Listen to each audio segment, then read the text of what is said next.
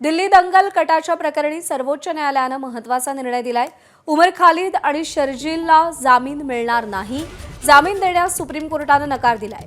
दिल्लीतल्या दंगली प्रकरणी उमर आणि शर्जील तुरुंगामध्ये आहेत। अन्य 5 आरोपींना मात्र सुप्रीम कोर्टाकडून जामीन देण्यात आलाय। उमर खालिद आणि शर्जील इमाम यांचे गुन्हे वेगळे असल्याचं सुप्रीम कोर्ट म्हणतंय। शर्जील आणि उमर विरुद्ध सकृतदर्शनी पुरावे दिसतात असंही सुप्रीम कोर्टानं म्हटलेलं आहे। सोमेश कोलगे आपल्याला या सगळ्या संदर्भात अधिक अपडेट देतील। सोमेश, जामीन नाकारत असताना या दोघांना सुप्रीम कोर्टानं काय निरीक्षणं नोंदवली आहेत?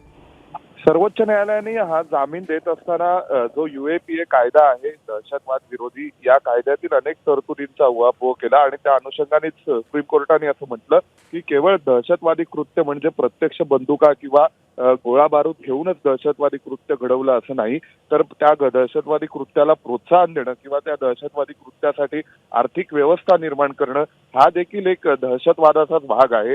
आणि त्यासोबतच त्यांनी हे देखील म्हटलं की बऱ्याच दिवसांपासून या सगळ्यांना तुरुंगात राहावं लागलेलं आहे। जवळपास 2020 पासून हे आरोपी तुरुंगामध्ये आहेत।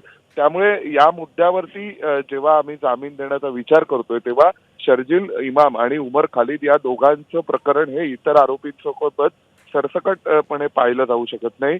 शर्जील इमाम आणि उमर खालिद या दोन्ही प्रकरणांमध्ये आम्हाला काही वेगळा दृष्टिकोन घ्यावा लागेल आणि त्यानुसार त्यांनी जामीन नाकारला। इतर आरोपींना जामीन देण्यात आलेला आहे। सोमेश, धन्यवाद दिलेल्या माहितीसाठी। एबीपी माझा, उघडा डोळे बघा नीट।